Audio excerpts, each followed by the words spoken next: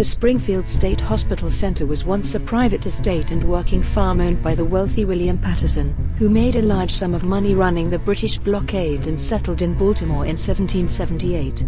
The expansive estate, known as Springfield, was to be a dowry for his daughter's marriage to Jerome Bonaparte, brother of Napoleon Bonaparte.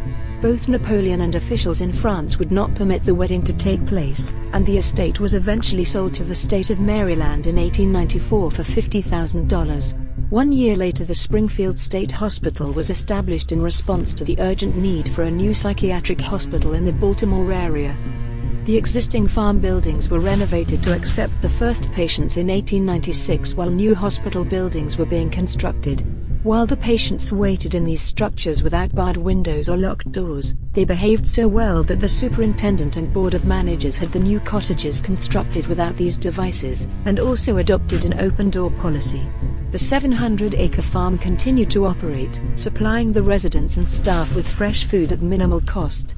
The main campus consisted of a men's group on the north side, the women's group on the south side, and the John Hubner Psychopathic Building, which provided administrative and medical services.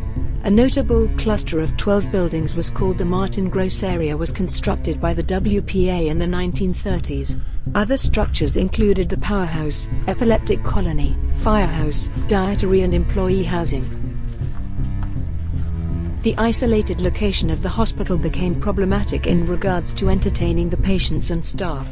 To solve this issue, a drama club was started in 1901 as well as other recreational programs, including a baseball team, playing music in the dining halls, and a tennis court for female patients.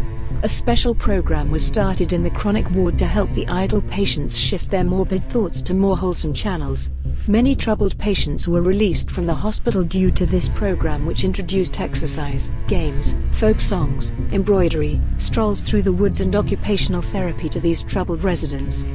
Overcrowding plagued the hospital during the early years as the population at Springfield exceeded 3,000 patients during the 1940s. Scathing articles published by the Baltimore Sun entitled "Maryland's Shame" drew the public eye towards the deplorable conditions at Maryland state facilities during this decade. In response, new buildings were erected at Springfield and efforts were made to improve treatment. The hospital soon became a nationwide model in discharging patients into group homes and foster care. In the 1980s, Springfield consolidated much of the campus into a smaller and more efficient complex, leaving the historic structures to decay. The presence of asbestos and other hazardous materials have placed a high price tag on demolition or remediation.